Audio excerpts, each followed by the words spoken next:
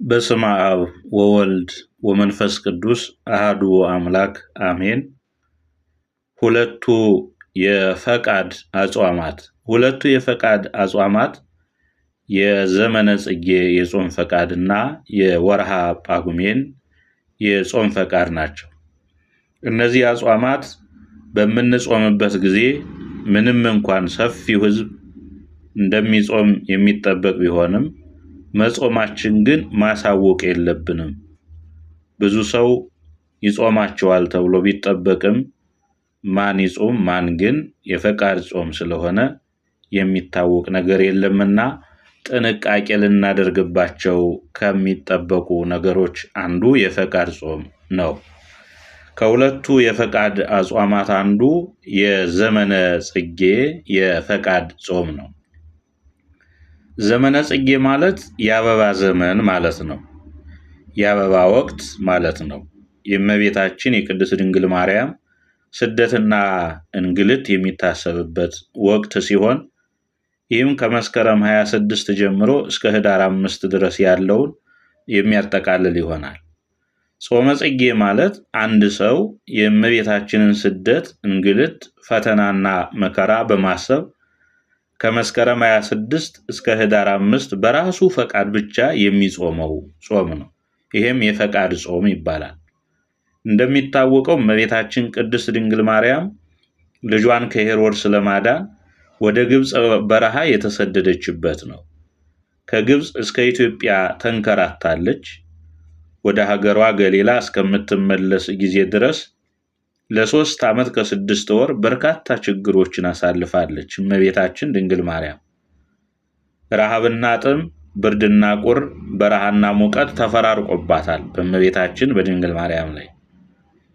ለዚህም ሊቃውንት አፈወሮማን ማርያም ጽጌ ቀናንሞ ወአበሚ እያሉ ያመሰግኗታል። የቀናንሞ አበባ የሆንሽ ማርያም ሆይ በረሃብ በጽም አበባ የመሰለው ደምግባትሽ እስከሚጠወልግ ድረስ በችግር በመከራ በስደትና በለቅሶ የደረሰብሽን ሁሉ እንደ እህትሽ ሰሎሜ አብሬሽ ብሰደድ እያሉ አባ ጽጌ ድንግል ያመሰግኗታል፣ ያመሰጥሯታል። ይህንንም ባደርግ ፍጻሜ የሌለው ዘላለማዊ ደስታሽ እሳተፍ ነበር እያሉ የተቀኙላት ናቸው አባ ጽጌ ብርሃን ወይም ደግሞ አባ ጽጌ ድንግል እየተባሉ የሚታወቁት አባት። ይህንን ታሳቢ በማድረግ የስደቷ ጊዜ ዘመነ ጽጌ እየተባለ በኢትዮጵያ ኦርቶዶክስ ተዋሕዶ ቤተክርስቲያን በማህሌተ ጽጌ ይከበራል ማለት ነው። በማህሌት ነው የሚከበረው። አቅሙ የቻለ የፈቀደ በፈቃዱ ይጾማል ማለት ነው። ዋናው ግን በማህሌት ትመሰገናለች። ወቅቱ አበባ የሚበዛበት፣ እንቡጦች የሚፈነዱበት ወይም የሚፈኩበት፣ ምድር በተፈጥሮ የምታሸበርቅበት ነውና ዘመነ ጽጌ የአበባ ወቅት መባሉ የድርጊቱን ወይም ደግሞ ድርጊቱን የሚያመለክት ነው።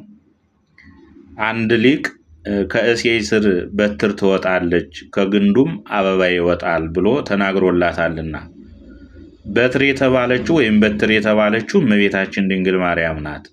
አበባ ደግሞ ከእመቤታችን ከስጋዋ ስጋ ከነፍሷ ነፍስ ነስቶ የተወለደው ኢየሱስ ክርስቶስ ነው ብሎ ስላመሰጠረው የአበባ ዘመን እየተባለ ይጠራል። አበባ የተባለው መድኃኒታችን ኢየሱስ ክርስቶስ ከእናቱ ጋር ከሀገር ወደ ሀገር የተመላለሰበት ወቅት ነው። ይህ ወቅትም በገጠሩ የሀገራችን ክፍል ሰዎች እሑድ እሑድ ዛፍ ስር ተሰብስበው ስሟን እየጠሩ ዝክሯን የሚዘክሩበት ወቅት ነው። ይኸውም እመቤታችን የስደቷ ወቅት ወደ ኢትዮጵያ ስትገባ የኢትዮጵያ ሰዎች ያደረጉላት መስተንግዶ መልካም አቀባበል እንደሆነ ሊቃውንተ ቤተክርስቲያን ይተርኩልናል፣ ያስረዱናል። እንግዲህ ዘመነ ጽጌን ስናስብ ማህሌተ ጽጌን አንረሳም። ምክንያቱም የትመጣነቱንም ነው የምንመለከተው። ታላቁ አባታችን አቡነ ዜና ማርቆስ ከሀገር ወደ ሀገር እየተዘዋወሩ የኢየሱስ ክርስቶስ ሰው መሆንና መከራውን ሲያስተምሩ አንድ ኦሪታዊ የነበረ ሰው ይህም እንዴት ይሆናል ብሎ ተከራክሯቸዋል። ለዚህም አባ ዜና ማርቆስ ወይም አቡነ ዜና ማርቆስ ተወጽእ በትር እምስርወ እሴይ ወየዐርግ ጽጌ እምጉንዱ፣ ከእሴይ ስር በትር ትወጣለች ከግንዱም አበባ ይወጣል ብለው ትንቢተ ኢሳይያስን ምዕራፍ 11 ቁጥር 1ን ጠቅሰው በትር የተባለች እመቤታችን ቅድስት ድንግል ማርያም መሆኗን አስረድተውታል። አበባ ደግሞ አምላካችን መድኃኒታችን ኢየሱስ ክርስቶስ መሆኑንም አስተምረውታል። በዚህ ጊዜ በማመኑ ሐዲሳትን አስተምረው ካጠመቁት በኋላ ስሙንም ጽጌ ብርሃን ወይም ጽጌ ድንግል ብለው አውጥተውለታል። ከዛም አመንኩሰውታል። ካስተማሩትና ካሳመኑት በኋላ አቡነ ዜና ማርቆስ አስተምረው ጽጌ ብርሃን ወይም ጽጌ ድንግል ብለው አመንኩሰውታል። ሐዲሳትንና ብሉያትን አስተምረው ማለት ነው።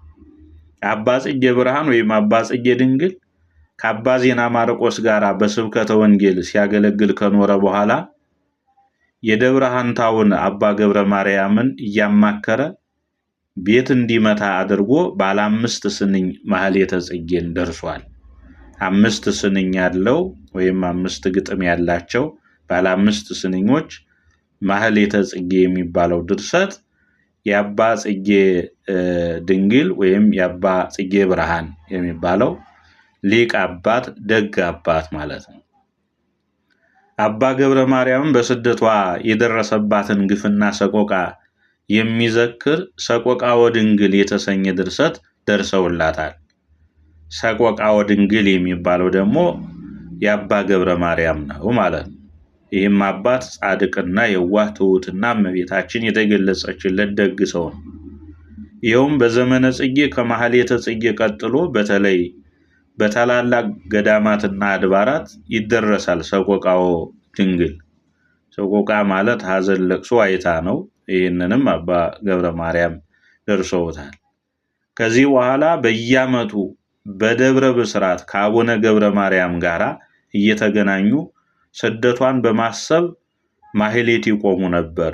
ይጾሙም ይጸልዩም እንደነበረ ይነገራል። ማን? አባ ጽጌ ብርሃን ወይም አባ ጽጌ ድንግልና አቡነ ገብረ ማርያም ወይም አባ ገብረ ማርያም ሆነው ማህሌቱን እንደቆሙና በጾም በጸሎትም ያስቡት እንደነበር በዛን ወቅት ይነገራል። ከዚህም ህዝቡ ቀስ በቀስ የእነርሱን መልካም አርአያ እየተከተለ በሁሉም ቦታ ማህሌተ ጽጌ ይቆም ጀመረ። የፈቃድ ጾምም ስለሆነ በብዙ ሰው ዘንድ በስፋት እየተጾመ መጣ። ስለዚህ ከሰባቱ የጾም አዋጅ የተለየ በገዛ ፈቃዳችን የምንጾመው፣ በገዛ ፈቃዳችንም ስንጾም ከንቱ ውዳሴ የሌለበት መጾማችን ማንም እንዳያውቅብን አድርገን መጾም ነው። ለምን? ከንቱ ውዳሴ ጾም ጌታ የማይወደውምና ስትጾሙ ራሳችሁን ተቀቡ፣ ፊታችሁን ታጠቡ፣ ማንም እንዳያውቅባችሁ ብሎ ጌታ ስለተናገረ ዛሬ አንዱ እየበላ አንዱ ሊጾም ይችላልና ይሄ በገዛ ፈቃዳችን የምናደርገው ጾም ስውር ነው መሆን ያለበት።